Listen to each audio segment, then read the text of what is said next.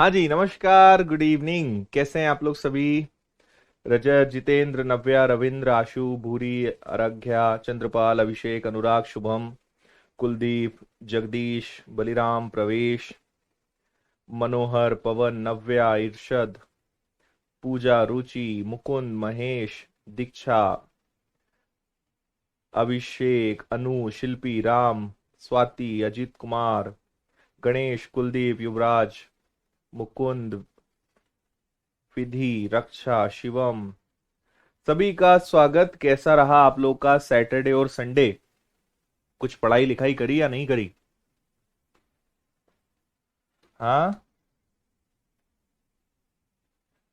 हाँ जी, सभी को गुड इवनिंग। हम्म। हम एकदम बढ़िया, एकदम फर्स्ट क्लास हैं। चलो शुरू करें। तो देखिए, हम लोग लास्ट टाइम जो पढ़ रहे थे, आप काफी अच्छे से, काफी बेहतर ढंग से जानते हैं। आज हमारी क्लास नंबर 4 है। इसके पहले 3 क्लासेस में हमने काफी सारी चीजें सीखी हैं, समझी है, एंड उसी को हम आगे बढ़ाएंगे। मुझे ऐसी उम्मीद है कि आपको अब तक 30, 60, 90 याद हो गया होगा कि भाई 30, 60, 90 का रोल क्या है, 1√3 और 2 का। और दूसरा होता है हमारा 45, 45, 90, है ना। इनको अच्छे से आपने दिमाग में बैठा ही लिया होगा, और आज हम इससे भी आगे बढ़ने वाले हैं, है ना। आपको अभी तक मैंने लगभग, हमारे अभी तक जितने भी सवाल हैं वो सारे इन 2 रूल्स से करे हैं। एक मैंने आपको जरूर 30 और 60 का नियम बताया था। अब आगे जो हम बढ़ने वाले हैं, लेकिन आज थोड़े से क्वेश्चंस करने के बाद मैं आपको आज 4 नए रूल्स और बताने वाला हूं, है ना। तो इन दो के अलावा और एक 30 और 60 का रूल मैंने आपको बताया था। 30 और 60 का बताया था कि इनका रेशो 2:1 होता है ना। 30 दूर होता है, 60 पास होता है, ये 1 है तो ये कितना होता है, 2 होता है। तो आपको बेसिकली मैंने 3 रूल्स अभी तक बताए हैं। इनके अलावा मैं आज आपको 4 रूल्स बताऊंगा, पर हमारे थोड़े से कुछ क्वेश्चन सॉल्व करने हैं, उसके बाद हम आगे बढ़ेंगे, है ना। तो सवाल हमारे सामने हैं, देख लीजिए सब लोग इस सवाल को। क्वेश्चन नंबर 21 पढ़ें। एक पेड़ के शीर्ष का भूमि पर स्थित उस बिंदु से उन्नयन कोण 30 डिग्री है। एक पेड़ के शीर्ष का भूमि पर स्थित उस बिंदु से उन्नयन कोण 30 डिग्री है, जो पेड़ के तल से 300 मीटर की दूरी पर है। जब पेड़ की ऊंचाई बढ़ जाती है तो 60 डिग्री का कोण बन जाता है। पेड़ की ऊंचाई कितनी होगी? भाई देखो, ये पेड़ पहले यहां तक था। यहां दूर से आप 300 मीटर की दूरी से इस पेड़ को जब देख रहे थे, तो आपका 30 डिग्री का एंगल बन रहा था, है ना। अब ये पेड़ और बढ़ गया और बढ़ गया, और मान लो अब ये पेड़ जो है यहां तक पहुंच गया, पेड़ वही है। अब जब आप इस पेड़ को देख रहे हो, तो आपका कितने डिग्री का एंगल बन रहा है? आपका 60 डिग्री का एंगल बन रहा है ना। तो आपको पता लगाना है कि ये जो पेड़ की ऊंचाई है ये कितनी बड़ी। और लास्ट टाइम मैंने आपसे कहा था कि अब हमें थोड़ी अनुपात यानी रेशो की जरूरत पड़ेगी, और उससे हमारे प्रश्न हम काफी ज्यादा आसान बना लेंगे। तो उसकी भी आज हम काफी जरूरत आप महसूस करोगे, काफी यूज हम करेंगे। बताओ भाई क्या किया जाए। हम्म। आज केवल वही लोग कंटिन्यू पढ़ना जिन्होंने क्लास नंबर 1, क्लास नंबर 2 और क्लास नंबर 3 देखी है इस चैप्टर की। अगर आपने पुरानी क्लासेस नहीं देखी है तो आपको बिल्कुल परेशान नहीं होना है, बेसिक से पढ़ के ही कंटिन्यू करना है, बीच में से मत पढ़ना, है ना।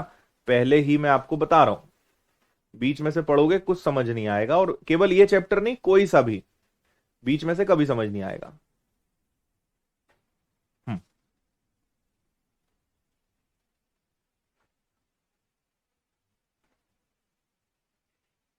बोलो भाई।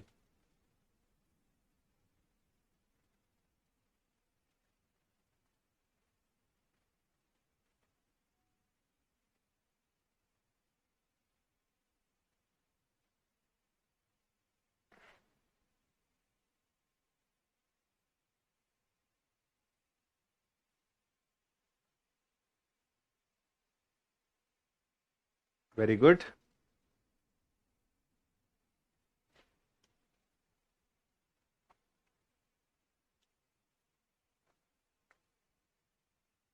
देखिए, हमें केवल एक चीज पता है, आपको सबसे पहले यहां पे सेम करना है। भाई आप देखो कि दोनों में कॉमन क्या है, दोनों में कॉमन है ये आधार, है ना। अगर इस 30 के हिसाब से देखा जाए तो 30 के लिए, अगर 30 के सामने 30 के सामने अगर 1 है तो यहां 60 होगा, इस 60 के सामने ये क्या होगा, √3 होगा। लेकिन अगर इस बड़े वाले एंगल को देखें, इस बड़े वाले एंगल को देखें तो इसके सामने ये पूरा क्या होगा, इसके सामने ये पूरा √3 होगा, और यहां पे 30 होगा, जिसके सामने क्या होगा, जिसके सामने 1 होगा। मैंने लास्ट टाइम बहुत डिटेल में समझाया था, अब मैं उतना गहराई में नहीं जाऊंगा, लेकिन एकदम भी ऊपर से हम नहीं जाएंगे, थोड़ा सा हल्का फुल्का हम उसमें चलेंगे, ताकि आपको समझ में आए कि कम लिखकर आंसर कैसे लाया जाएगा। 30 के सामने जो भुजा होती है अगर वो 1 है, तो 60 के सामने क्या होगा, √3 होगा। और अगर ये पूरा 60 बन जाए तो 60 के सामने पूरी भुजा अगर √3 होगी, तो उसके सामने यानी 30 के सामने क्या होगा। अब हमने सीखा था कि भाई ये भुजा क्योंकि दोनों त्रिभुज में कॉमन है तो ये सेम होनी चाहिए, तो अगर मैं इसको √3 से गुणा कर दूं तो ये भी √3 बन जाएगा, ये भी √3 बन जाएगा, क्योंकि मैंने ये दोनों एक जैसे हैं और ये दोनों एक जैसे हैं। इसको √3 से गुणा किया है तो इसको भी √3 से गुणा करना पड़ेगा, है ना। तो जब मैं इसको √3 से गुणा करूंगा तो ये पूरा क्या बनेगा, ये पूरा 3 बन जाएगा, ये पूरा क्या बन जाएगा, ये पूरा 3 बन जाएगा, है ना भाई। और उसका ये हिस्सा क्या हो जाएगा, 1। तो यहां से लेकर यहां तक का हिस्सा क्या हो जाएगा, 2 हो जाएगा। और जब इसका गुणा करेंगे तो ये तो दोनों √3 बन ही गए, तो आपकी प्रॉब्लम सॉल्व। अब आपको कुछ नहीं करना है, आप कहोगे कि सर अगर 300 की वैल्यू √3 के बराबर है तो हमसे पूछा है 2 बराबर क्या, है ना। तो ये आ जाएगा आपका 600 और नीचे √3, और जब भी √3 आता है तो 3 का भाग देते हैं और √3 का गुणा करते हैं। पर ये परिमयीकरण कर दिया, रैशनलाइजेशन कर दिया, लेकिन ऐसा कोई ऑप्शन है नहीं, कोई दिक्कत नहीं है। 1.732 के आसपास वो चल रहे होंगे, हमने √3 की वैल्यू रख दी, और इन्होंने लिखा भी है क्लोजेस्ट टू इंटीजर, पूर्णांक के निकटतम होना चाहिए, है ना। तो देखो 17 का दुगना हो गया 34, 32 का दुगना हो गया 64, 2 जीरो से 2 अंक गए, 1 अंक के बाद दशमलव लगेगा, यानी 346.4 मीटर, 346.4 मीटर, ये आपका आंसर आएगा। तो हम किस ऑप्शन के बेहद करीब है, ऑप्शन बी के, ये आपका आंसर आ जाएगा। आया भाई सभी को समझ में। इसलिए हमने कहा था कि जिसने पुरानी क्लास नहीं देखी उसके ऊपर से जाएगा। अब यहां पे क्या जादू हो गया, आप समझ पाए,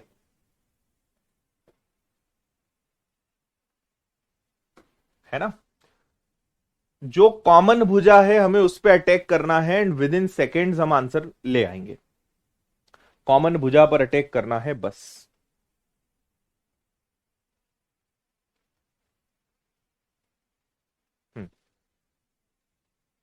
क्लियर, जल्दी से बताओ, सबको समझ में आ गया।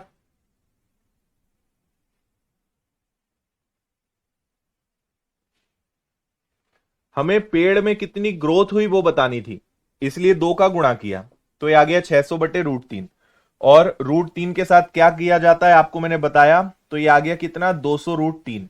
पर क्योंकि मेरे पास ऐसा ऑप्शन नहीं है तो मैंने √3 की वैल्यू रख के 346.4 मीटर को सॉल्व कर लिया। ये दोनों आंसर बिल्कुल हो सकते हैं। रिवीजन मैंडेटरी है क्या, बिल्कुल दर्शन, रिवीजन डेली करना है आपको, भले 5 मिनट करो, लेकिन जो भी पढ़ रहे हैं उसको रोज देखना बहुत जरूरी है।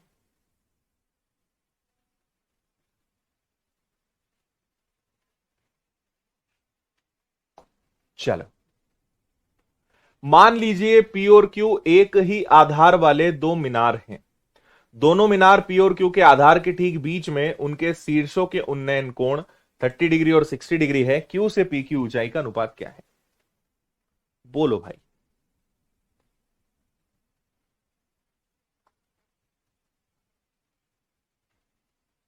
शुरुआत में डायग्राम बनाने में थोड़ी दिक्कत आएगी आपको।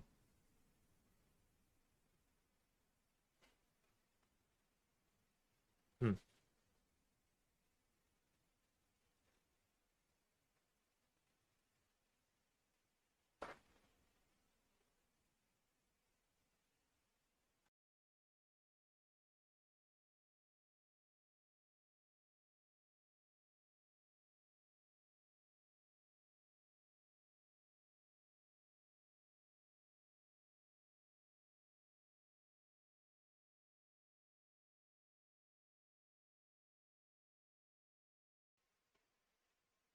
चलो बता दूं। दो मान लीजिए पी और क्यू एक ही आधार वाली दो मीनार हैं, दोनों मीनार पी और क्यू के आधार के ठीक बीच में उनके शीर्षों के उन्नयन कोण। ये क्या कह रहे हैं, मान लो भाई एक मीनार इधर है, आधार सेम है, एक मीनार यहां है, ये इनका बेस है, इन दोनों के बेस के ठीक बीचों बीच में कोई पॉइंट है ना। यहां से उनके शीर्षों के उन्नयन कोण 30 डिग्री और 60 डिग्री है। मुझे बताओ, मीनार ऊंची होगी तो एंगल छोटा बनेगा, और मीनार अगर कम की होगी, और यही चीज अगर यहां से देखोगे, है ना, तो क्या डिफरेंस आएगा, क्योंकि किसी एक को, और अगर कंफ्यूजन है तो आप उसका टेंशन मत लो, किसी को भी आप यहां पे ले लो, है ना, ये ऐसी स्थिति बनेगी। ये आपकी मीनार, इसको आप नाम दे दोगे पी, इसको नाम दे दोगे क्यू। ये दो अलग अलग मीनार है, ये जिस बेस पे खड़ी है वहां के ठीक सेंटर से आप दोनों तरफ देख रहे हो, है ना।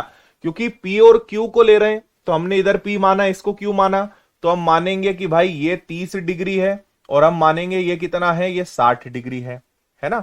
और पी से क्यू, अच्छा इन्होंने एक चीज हमसे क्या कही कि आधार के ठीक बीचों बीच, यानी एकदम सेंटर ये पॉइंट है, मतलब ये वाली भुजा और ये वाली भुजा बराबर है। अगर इसको मैं एक कहूं तो ये भी क्या होगा, एक होगा। तो इन्होंने आपसे क्या पूछा है कि इन दोनों की ऊंचाई का अनुपात, Q से P का अनुपात पूछा है, मतलब इसकी ऊंचाई क्या है और इसकी ऊंचाई क्या है, इसका रेशो आपसे पूछा है। अब तो कर लोगे।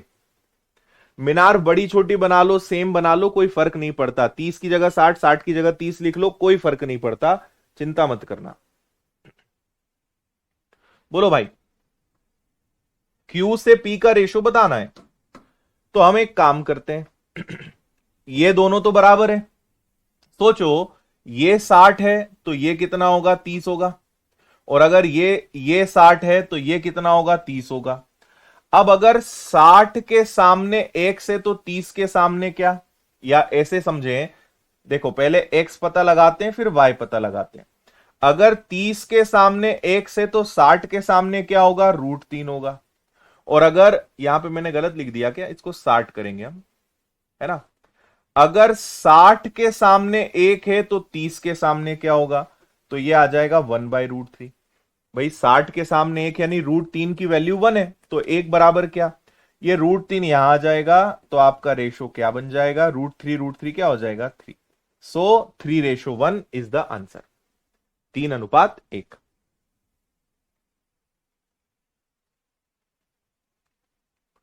ठीक है।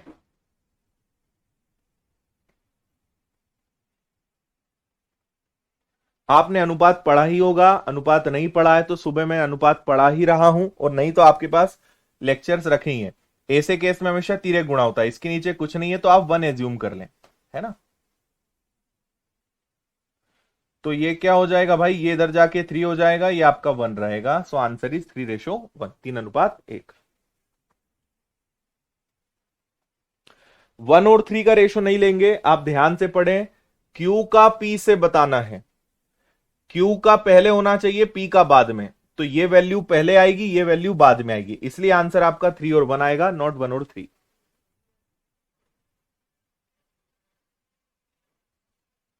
टॉपिक एंड होने के बाद प्रैक्टिस शुरू करना है बलदेव।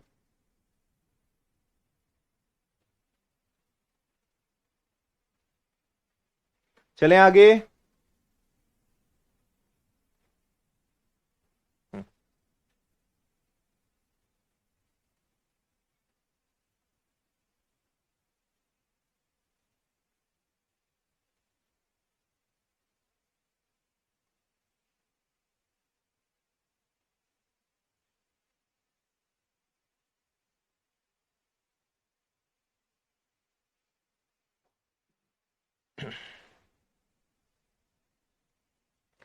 एक इमारत के ऊपर एक पोस्टर लगा है। एक व्यक्ति इमारत से 50 मीटर की दूरी पर जमीन पर खड़ा है। पोस्टर के शीर्ष और पोस्टर के नीचे के उन्नयन कोण 45 डिग्री और 30 डिग्री है। पोस्टर की ऊंचाई का 200% क्या होगा, यानी पोस्टर का डबल बताना है। समझना, आप डायग्राम आप बनाएंगे, ये एक बिल्डिंग है ना। इस बिल्डिंग के ऊपर हमने ये एक पोस्टर लगा दिया, थोड़ा सा पोस्टर बड़ा कर देते हैं। ये बिल्डिंग है और ये पोस्टर है। एक व्यक्ति यहां से खड़े होके देख रहा है। ये बिल्डिंग से कितनी दूर खड़ा है? बिल्डिंग से 50 मीटर की दूरी पर खड़ा है, और ये दो प्रकार के एंगल बना रहा है। One is 45 degree and second is 30 degree, है ना भाई। जितना नीचे देखोगे एंगल छोटा बनेगा, जितना ऊपर देखोगे एंगल बड़ा बनेगा। तो इसने यहां से अगर देखा, ये पोस्टर का निचला हिस्सा है, ये पोस्टर का ऊपर का हिस्सा है, नीचे देखोगे तो एंगल छोटा बनेगा, तो ये आपका 30 डिग्री का होगा। और यहीं से जब आप इस पोस्टर के टॉप को देखोगे तो ये बड़ा बनेगा और ये आपका 45 डिग्री बनेगा, है ना।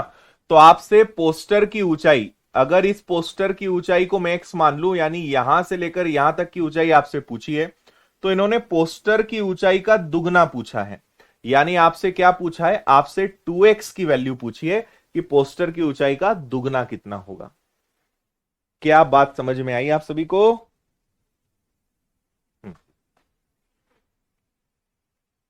क्लियर? अब आप फिर से देखिए, एक त्रिभुज ये 30 डिग्री वाला है, एक 45 डिग्री वाला है, दोनों में कॉमन ये 50 है ना भाई। अब अगर 30, एक एंगल ये वाले के हिसाब से देखेंगे, 30 के सामने अगर एक होता है तो 60 के सामने ये पूरा क्या कहलाएगा? ये पूरा √3 कहलाएगा। और 45 तो बहुत बढ़िया है, 45 कहता है कि मेरे लिए तो दोनों बराबर है। अगर ये पूरा √3 है तो मेरे लिए ये पूरा भी क्या कहलाएगा? मेरे लिए पूरा भी √3 कहलाएगा। ये पूरा फुल क्या है? √3 है। तो इस x की वैल्यू क्या मानी जाएगी? इसकी वैल्यू मानी जाएगी √3 - 1, है ना भाई। 45 डिग्री के केस में क्या होता है? ये दोनों बराबर।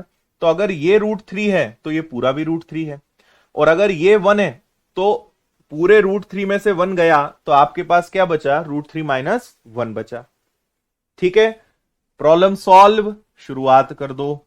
अब देखना भाई, 50 की वैल्यू अगर √3 है तो पोस्टर के बारे में पूछा है, यानी √3 - 1 क्या होगा? √3 - 1 क्या होगा? लेकिन इन्होंने कहा है कि पोस्टर का मुझे 200% बताओ, यानी डबल बताओ। तो आपको एक बार डबल का मल्टीप्लाई करना पड़ेगा। पोस्टर की ऊंचाई का 200%, 200%, यानी डबल। इसको सॉल्व करेंगे तो ये क्या हो जाएगा? ये हो जाएगा 100/√3 और √3 - 1। अब मुझे बताओ, ऐसा कोई ऑप्शन तो है नहीं, तो अब मुझे करना पड़ेगा रैशनलाइजेशन, परिमयीकरण। ठीक है, तो परिमयीकरण करने के बाद देखो क्या होता है। √3 क्या हो जाएगा? तो ये आ जाएगा 100। √3 और √3 क्या हो जाएगा? 3। और जब इस √3 का मल्टीप्लाई इसमें होगा तो ये बनेगा 3, और इस √3 का मल्टीप्लाई जब इसमें होगा तो ये बनेगा माइनस का √3। ये आपके प्रश्न का आंसर आएगा। 100/3, 3 - √3। डी वाला मैच खा रहा है क्या? डी आपका आंसर है। जितना नीचे देखोगे एंगल बड़ा छोटा बनेगा, जितना ऊपर देखोगे एंगल बड़ा बनेगा। तो आपको अगर कंफ्यूजन है कि किसको 30 लेना है किसको 45, तो दिमाग लगाओ भाई। पास में देखोगे, नीचे आओगे तो 0 हो जाएगा ना। यहां देखोगे तो 30, 40, 45, 50 ऐसे जाओगे ना। जितना ऊपर देखोगे एंगल बड़ा, जितना नीचे देखोगे छोटा।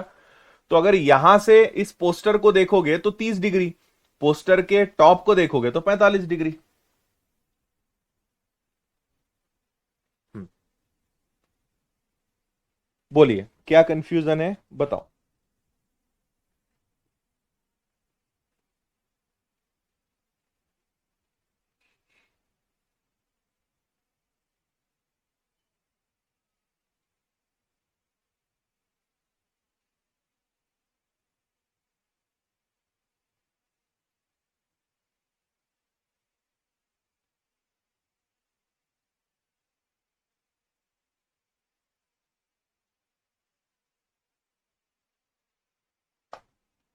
आया मजा?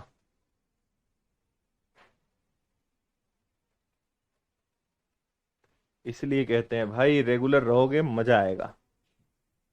इंदौर में बिल्कुल कल भी बारिश हुई थी, सुबह भी बारिश हुई है। बहुत ही ठंडा मौसम है।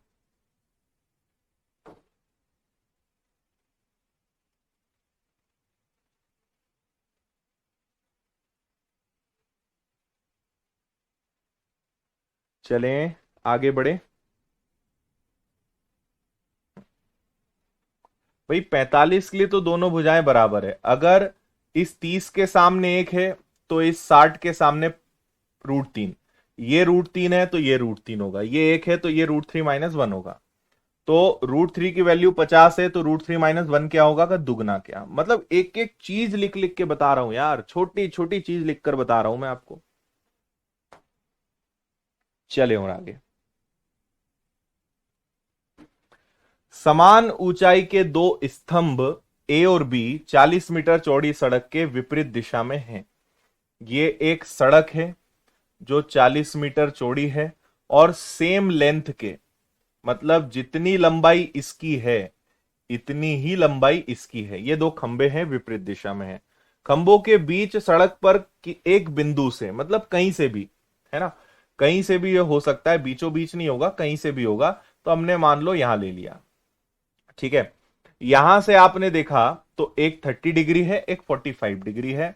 तो चलो मैंने कहा कि भाई इसको ले लेते हैं 45 डिग्री, तो इसको लेना पड़ेगा मुझे 30 डिग्री, ठीक है। तो स्तंभ ए के बिंदु की दूरी बताना है ना। अच्छा, यहां पे हमें ए और बी पहले बोला है तो एंगल मुझे चेंज करना पड़ेगा, है ना। इसको अगर मैं ए नाम दूंगा, देखो पहले ए है तो ए को 30 मानेंगे, तो ए का एंगल बनेगा 30। बाद में बी है तो बी को क्या मानेंगे, 45 मानेंगे। सीक्वेंस का ध्यान रखना है, ए और बी। तो जो ए है वो 30, जो बी है वो 45, है ना। तो इन्होंने कहा है कि ए से उस बिंदु तक की दूरी, मतलब आपको क्या करना है, यहां से लेकर यहां तक की दूरी बताना है। ये 40 कंप्लीट है, ये 40 टोटल डिस्टेंस है। आपको यहां से यहां तक की डिस्टेंस बतानी है, ठीक है। चलो लगाओगे दिमाग या मैं बताऊं। और इन्होंने पहले ही कहा है कि ये दोनों भुजाएं बराबर है। बराबर ही तो चाहिए होता है यार, बराबर मिल जाए तो काम हो जाए। सही है।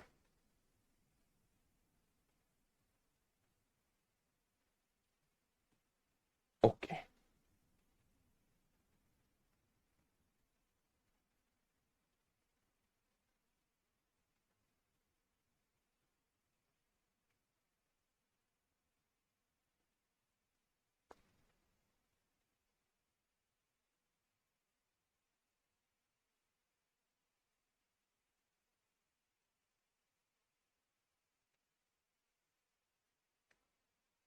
चलो भाई, इन्होंने सबसे बड़ा काम क्या खत्म कर दिया कि ये दोनों भुजाएं बराबर है। भाई देखो, इसके लिए तो क्या है, जो इसकी लेंथ है वो इसकी लेंथ है, तो आप इसमें मत जाओ। 30 के सामने अगर एक है तो 60 के सामने क्या, है ना। मान लेते हैं अगर ये एक है तो ये भी एक होगा, ये भी एक होगा। लेकिन 30 के सामने अगर एक है तो 60 के सामने क्या होगा, ये आपका कहलाएगा √3। ये क्या कहलाएगा भाई, ये कहलाएगा √3। तो आपको इस √3 की वैल्यू ही बताना है।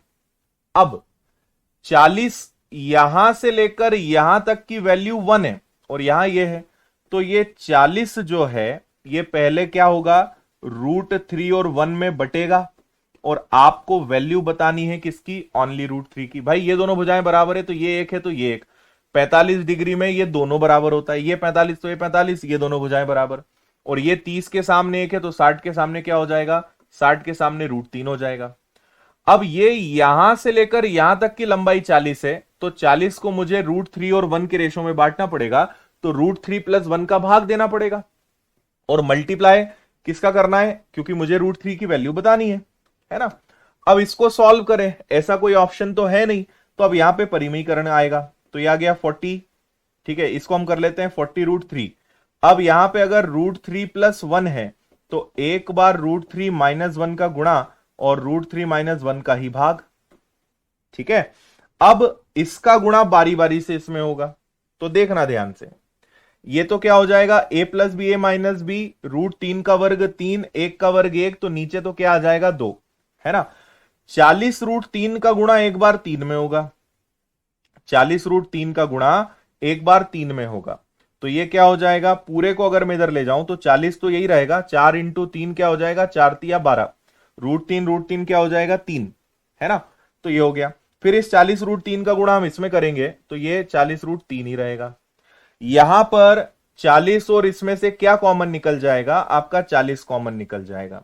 तो 120 का बचेगा 3, यहां बचेगा आपका रूट 3 और नीचे क्या बचेगा, 2। 2 से अगर इसको उड़ा दोगे तो ये बचेगा 20 और इधर आ जाएगा 3 - रूट 3। तो ये आपका फाइनल आंसर है। अगर किसी ऑप्शन में ये दिख रहा है तो बताओ।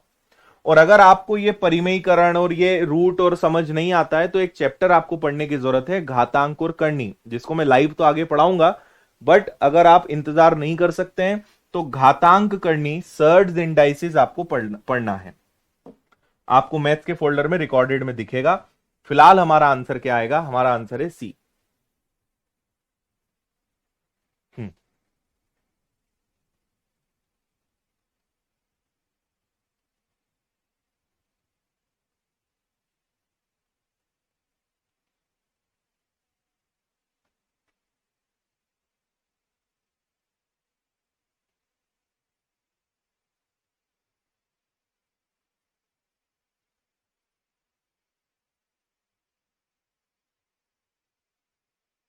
ओके भाई, ठीक है। आप यहां पे चाहते तो एक काम और कर सकते थे, चलो ठीक है रहने दो इसको, इतना ही, और कंफ्यूज हो जाओगे, है ना। नहीं तो आप क्या कर सकते हो, अगर इसको गुणा ना करना हो तो आप एक काम ये भी कर सकते हो। देखो, आपको पता है कि नीचे 2 आना ही है, तो आपके पास क्या है, ये 40 है और रूट 3 है। तो इस 40 में वैसे ही 2 का भाग जाएगा, तो ये क्या बन जाएगा, ये अपने आप में 20 रूट 3 हो जाएगा। और ब्रैकेट में आपके पास क्या है, रूट 3 - 1 है, तो ये भी कर सकते हो, है ना। 20 रूट 3 का गुणा 3 में करोगे और सॉल्व करोगे, आंसर आपका यही आएगा। ये 2 यहां से हट जाएगा, ठीक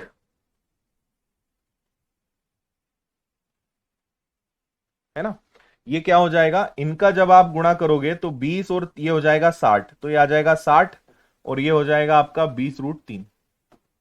अब इसमें से 20 कॉमन लोगे तो 3 बचेगा और ये बचेगा, बस एक स्टेप थोड़ी सी हल्की हो जाएगी।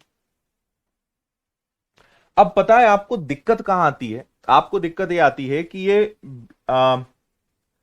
ऊपर आपके पास 40 रूट 3 है, a+b a का स्क्वायर माइनस बी का स्क्वायर, रूट 3 का वर्ग 3, 1 का वर्ग 1, तो क्या आया 2, इसलिए नीचे क्या आया 2, इस 2 से हमने इसको उड़ा दिया 20, तो मैंने डायरेक्ट क्या लिख दिया 20 रूट 3।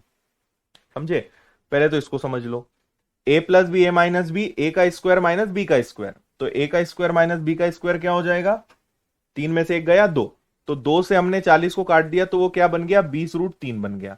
अब इस 20 रूट 3 का गुणा एक बार रूट 3 में करना है, एक बार 1 में करना है, तो देखो फिर आपको दिक्कत कहां आती है कि 20 रूट 3 का गुणा रूट 3 में कैसे करें। तो भाई 20 तो 20 है, रूट 3 क्या हो जाएगा 3, तो ये क्या हो जाएगा 60, ये 60 लिख दिया। फिर 20 रूट 3 का गुणा 1 में करेंगे तो ये आ जाएगा। अब मुझे 20 कॉमन लेना है, 20 कॉमन लेंगे तो 20 कॉमन निकल गया, तो यहां बचा 3 और यहां बचा रूट 3। और क्या बताएं, अब ये बताओ।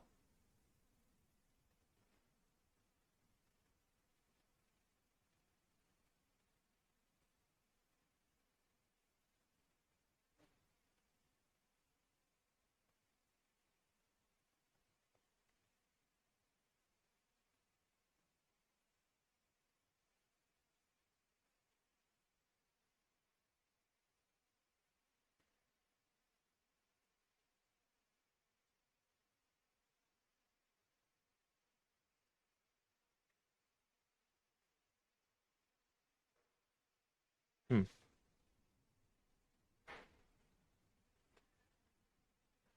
हाँ, कोई हमारे एक प्यारे विद्यार्थी क्या कह रहे हैं,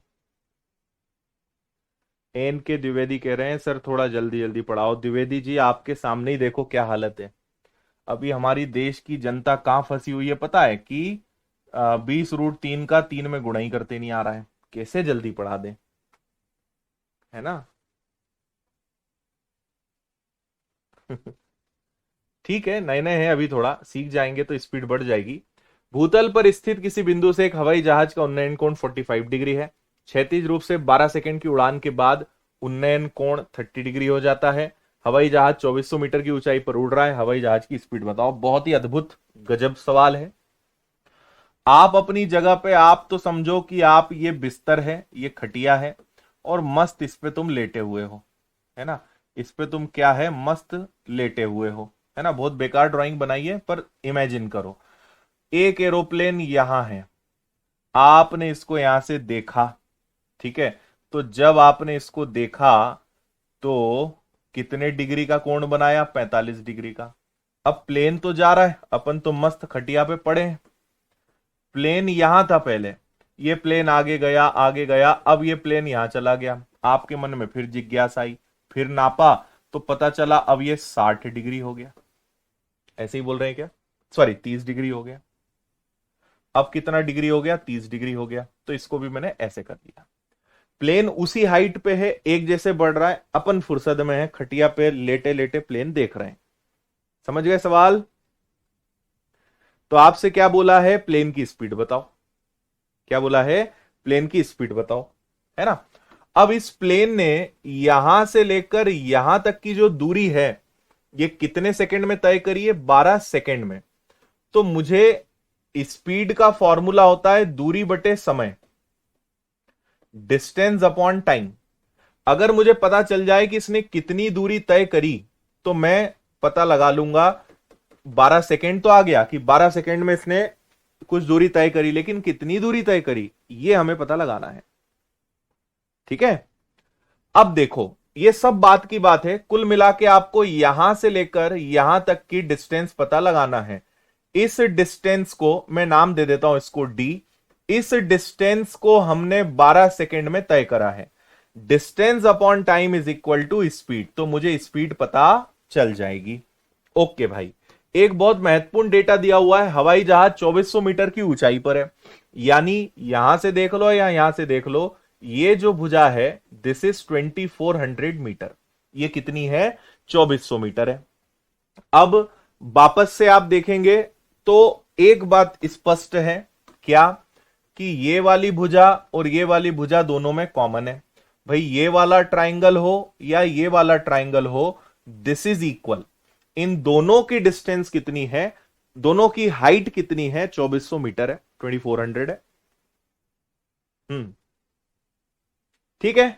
अब देखो, पहले देखो, अगर ये 45 है तो ये 45 होगा। अगर ये भुजा के सामने अगर ये 45 है तो ये भी 45 होगा। मतलब ये भुजा और ये भुजा बराबर है।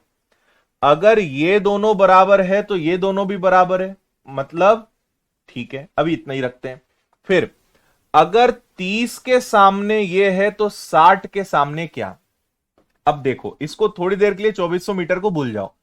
30 के सामने मैंने एक माना, अगर ये एक है तो ये भी एक होगा, तो ये भी कितना होगा भाई, एक होगा।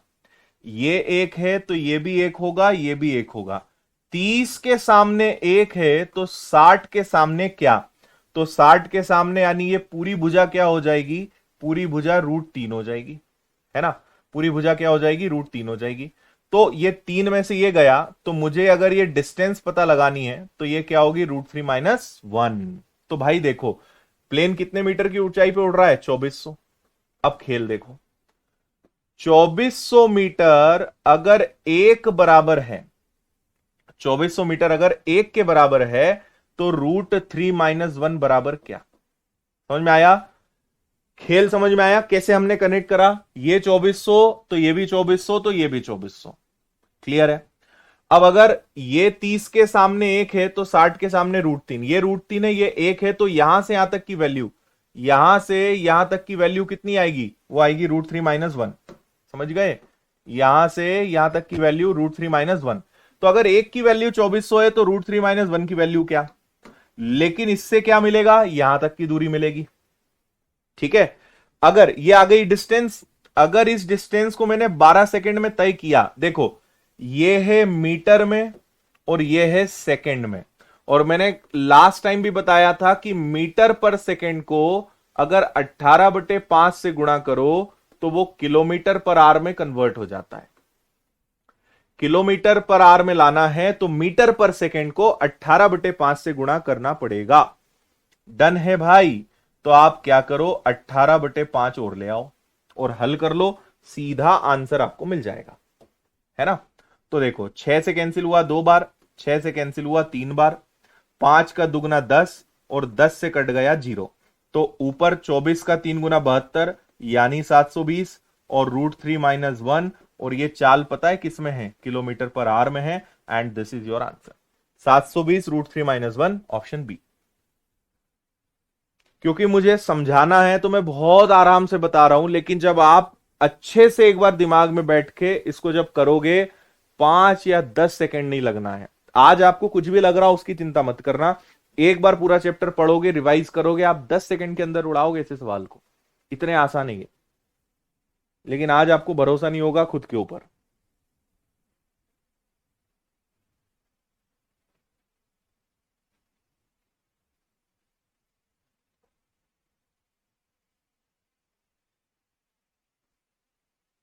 क्लियर?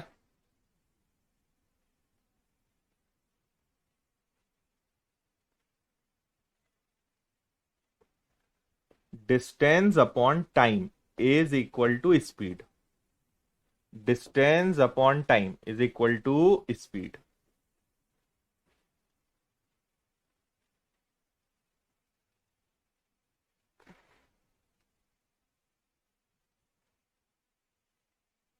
अगली बार खटिया पे लेटकर प्लेन देखो तो कॉपी पेन लेकर बैठना और स्पीड बताना प्लेन की, ठीक?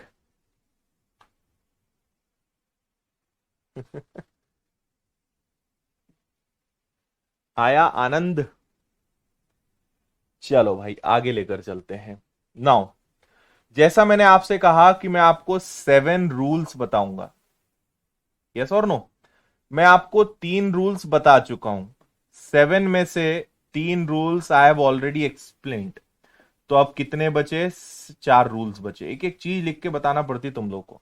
7 रूल में से 3 बता चुका हूं, अगले 4 रूल्स हम देखेंगे और इसमें थोड़ा सा आपको रट्टा मारना पड़ेगा।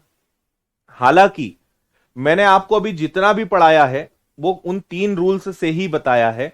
अगर आप ये जो भी नियम मैं बता रहा हूं अगर याद करना चाहें तो वेल एंड गुड, नहीं भी याद करो तो अभी हम इनको, मतलब जो मैं आपको बता रहा हूं इसको हम पहले ही हल कर चुके हैं, है ना। अगर आप चाहें तो याद करें, ना भी चाहें तो कोई दिक्कत नहीं है। यह समझना, कभी भी 30 और 45 का सवाल आता है, आपको मैं पहले ही बोल चुका हूं कि आप अगर दूर जाओगे तो एंगल बड़ा बनेगा, पास आओगे तो एंगल जो है, सॉरी, दूर जाओगे तो एंगल छोटा बनेगा, जैसे जैसे पास आओगे एंगल बड़ा बनेगा। कारण क्या है कि ये 90 होता है भाई। 90 यहां 90 है, यहां 80 होगा, यहां 70 होगा, यहां 60 होगा, यहां 50 होगा, 40 होगा, 30 होगा। जितना दूर जाओगे एंगल छोटा होगा, जितना पास आओगे एंगल बड़ा होगा। और इसको याद रखने की ट्रिक यही है कि आप 90 के करीब आ रहे हो, पास आओगे बढ़ते जाओगे, दूर जाओगे छोटे होते जाओगे, है ना। तो अगर कभी भी 45 और 30 डिग्री का सवाल आता है और हम यहां पे हमेशा बेस क्या लेते हैं, इस डी को, आप देखेंगे अधिकांश क्वेश्चन में ये डी दिया रहता है और या तो आपसे एक्स पूछा जाएगा या आपसे एच पूछा जाएगा। आपको समझ में आ रहा है? डी का मतलब क्या है, हमने इनके कुछ भी नाम रख दिए, डी एक्स एच पे मत जाना। इसको इसको हम क्या नाम दे रहे हैं कि भाई ये हाइट है, यहां से यहां तक की दूरी को हम क्या नाम दे रहे हैं, एक्स नाम दे रहे हैं, और यहां से यहां तक की दूरी को हम क्या नाम दे रहे हैं, डी नाम दे रहे हैं। एंड एज्यूमिंग दैट कि हमें डी की वैल्यू पता है हर बार, है ना। अगर डी की वैल्यू पता है तो क्या करना है वो खेल में बता रहा हूं। सोचो अगर ये 30 डिग्री हो और अगर ये 45 डिग्री हो और मैं आपसे कहूं, देखो यहां पे हमने 30 और 45 के रूल्स भी लिख दिए कि अगर x की वैल्यू पता लगाना है तो d/2 और ये और h और x दोनों बराबर होते हैं। आप बोलोगे तो मैं प्रूव करके भी बता दूंगा, है ना, कि ऐसे नियम कैसे बने हैं। फिलहाल मान लीजिए कि आप यहां पर हैं, ठीक है, आप यहां पर अपनी कार में बैठे हुए थे, आगे बढ़े आगे बढ़े, अब यहां आ गए। तो अपनी कार से जब इस पॉइंट को देख रहे थे तो 30 डिग्री का एंगल बन रहा था। इस कार से यहां तक आए और यहां पे आने पर जब आपने देखा तो 45 डिग्री का एंगल बन रहा है। इस पूरी यात्रा में आपने 30 मीटर की दूरी तय करी, तो बताओ इस बिल्डिंग की हाइट क्या है। ठीक है, क्वेश्चन समझना। अगर आपने 30 मीटर की दूरी तय करी तो बिल्डिंग की हाइट बताओ। आपको एक बात पता है कि भाई जब भी 45 डिग्री आता है तो ये दोनों भुजाएं तो बराबर है, इसलिए इन्होंने पहले ही क्या लिख दिया, h is equal to X. तो h की वैल्यू निकालो या x की वैल्यू निकालो, बोथ आर सेम, दोनों कैसे हैं, सेम है ना। अब मुझे हाइट बतानी है, तो अगर 30 और 45 का क्वेश्चन है तो इसकी डायरेक्ट ट्रिक क्या है कि 30 का भैया आधा कर दो। 30 अगर कंफ्यूजन है तो मैं 30 को और कुछ ले लेता हूं, आप क्या क्या ले लूं, 88 मीटर ले लेता हूं, चलो, है ना। तो मुझे क्या करना पड़ेगा, 88 का हाफ करना पड़ेगा और √3+1 करना पड़ेगा, तो आंसर आ जाएगा 44 √3+1। यही बिल्डिंग की हाइट है। और आपको कार को अभी कितना और चलना है, ये दोनों सेम है, ये दोनों की वैल्यू इक्वल है, तो आपको 44 √3+1 और जाना है। अगर याद कर सको तो इससे और आपका समय बचेगा।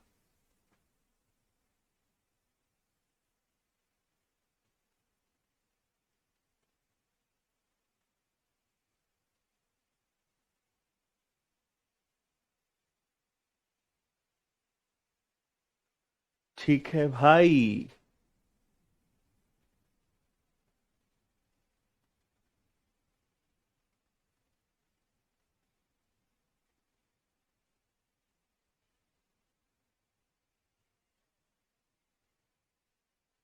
क्लियर। आप अगर बोलो तो मैं प्रूव करके बता दूं। वैसे मैंने आपको इतना पढ़ा दिया है कि अब आप खुद प्रूव कर सकते हो, बट मैं एक आपके लिए प्रूव करके बता रहा हूं। दूर से देखा तो 30 डिग्री का, पास जाके देखा तो 45 डिग्री का। हालांकि आपको याद कुछ और आ रहा होगा, है ना।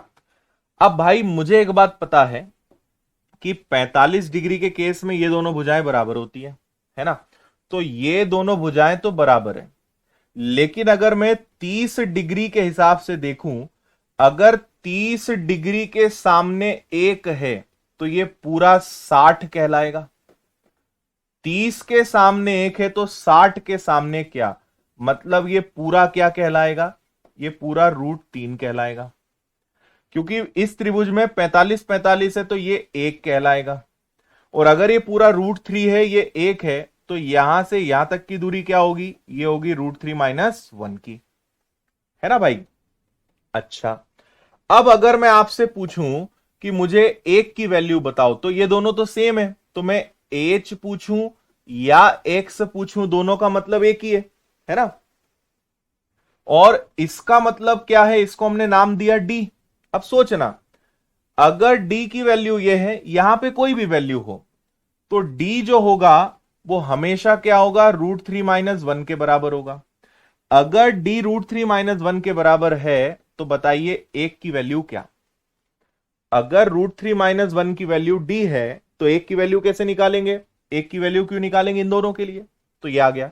अब ये आ गया d, ये आ गया आपका √3-1। लेकिन ये भी आंसर हो सकता है, अदरवाइज रैशनलाइजेशन कर लो, परिमयीकरण कर लो, तो √3+1 और √3+1, तो d का गुणा करोगे तो ये तो सेम रहेगा, ये हो जाएगा √3+1। a+b √3 का वर्ग 3, एक का वर्ग एक, तो 3 में से एक जाएगा, तो 3 में से एक जाएगा तो क्या आ जाएगा, 2 आ जाएगा। और √3+1 आपके पास है।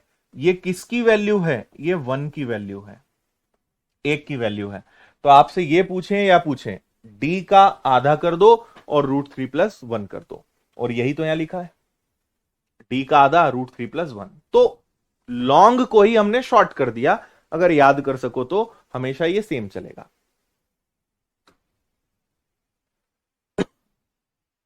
बोलो।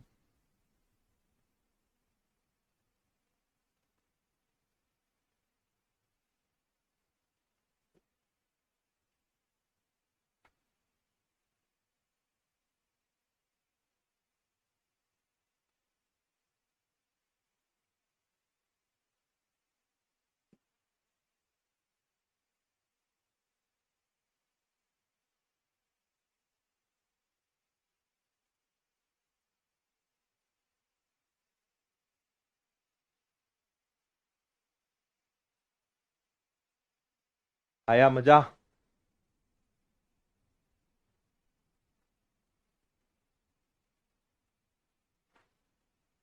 ठीक है, चलो।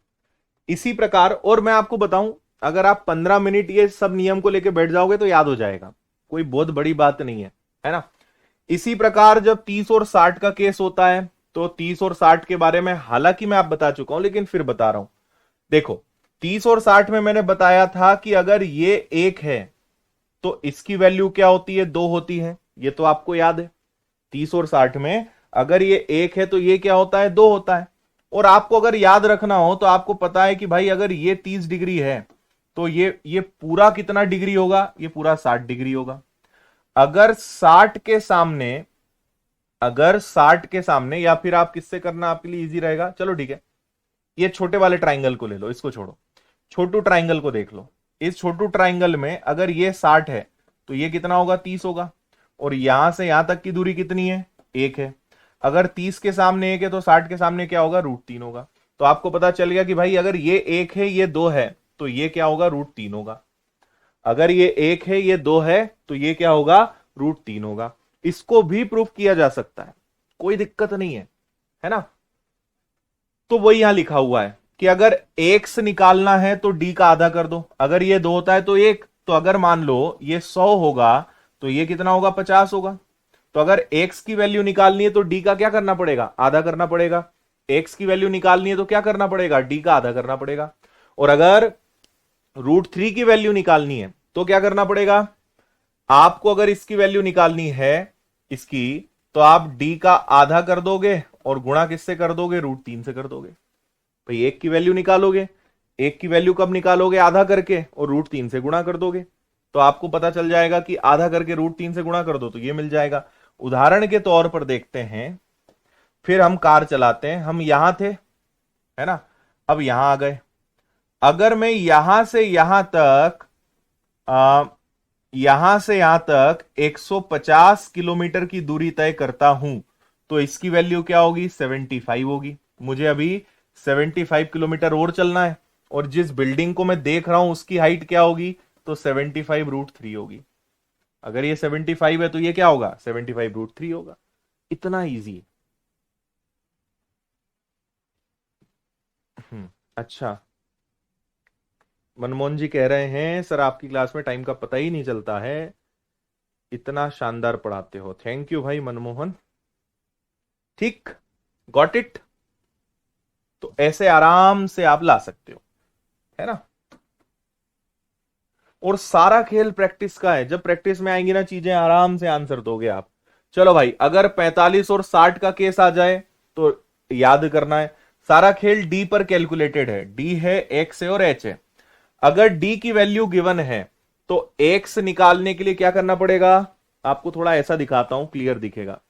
अगर डी की वैल्यू दी हुई है तो एक्स निकालने के लिए क्या करना पड़ेगा, डी का आधा, और ये 1 प्लस √3, या इसको √3 + 1 लिखो, एक ही बात है ना।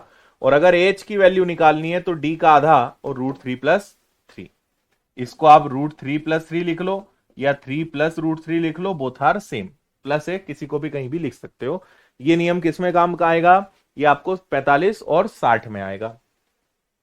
ठीक है, डायरेक्ट। मान लो आपको डी की वैल्यू दी हुई है, डी की वैल्यू दी हुई है 22 मीटर। यहां जब आप खड़े थे तो 45 डिग्री का कोण बना रहे थे, और यहां आ गए तो 60 डिग्री का कोण बना रहे हो। तो बताओ बिल्डिंग की हाइट क्या है, 22 मीटर आपको दिया हुआ है। तो एच निकालने का फॉर्मूला क्या है, एच का फॉर्मूला है d/2 3 + √3। तो मुझे डी का आधा करना है, 22 का आधा हो गया 11, और 3 + √3, ये इस बिल्डिंग की हाइट है, ये आपका आंसर है। ऐसे चंद सेकंड्स में उड़ा दोगे आप। रेशो से, लॉन्ग मेथड से तो कर ही सकते हो, मैंने पहले ही कहा।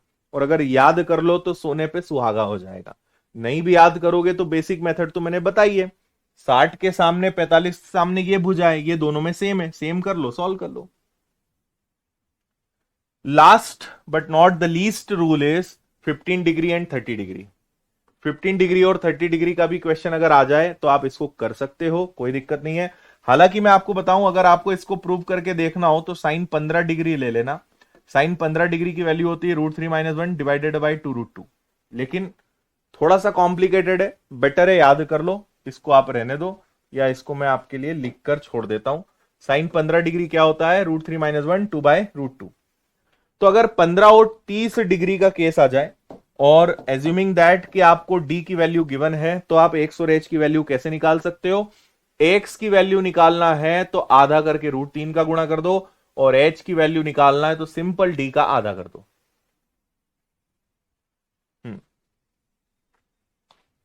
आया? अगर ये आपको 50 मीटर दिया है तो एच क्या होगा? एच होगा 50 का आधा यानी 25, और एक्स क्या होगा? आधा करके √3 से गुणा करना है, तो ये क्या आ जाएगा? ये 25√3 आ जाएगा। और ये तो दिख ही रहा है यार, 30 के सामने 25 है तो 60 के सामने क्या होगा? 25√3 होगा। कुछ भी करके आराम से याद किया जा सकता है। ठीक, तो ये हमारे 4 नए नियम थे, इनको आप और याद करिए।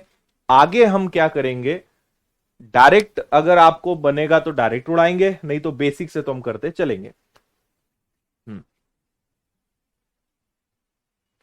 ठीक है, मेरे ख्याल से आने वाली 2 दिन में हम इस चैप्टर को फिनिश करेंगे, है ना। 2 दिन में शायद ये चैप्टर हो जाएगा, बहुत छोटा चैप्टर है। आया मजा? चलो, ये वाला क्वेश्चन मैं आपको होमवर्क में दे रहा हूं, सब लोग इसको कल सॉल्व करके लाना, आराम से बनेगा अगर डायग्राम बना पाए तो।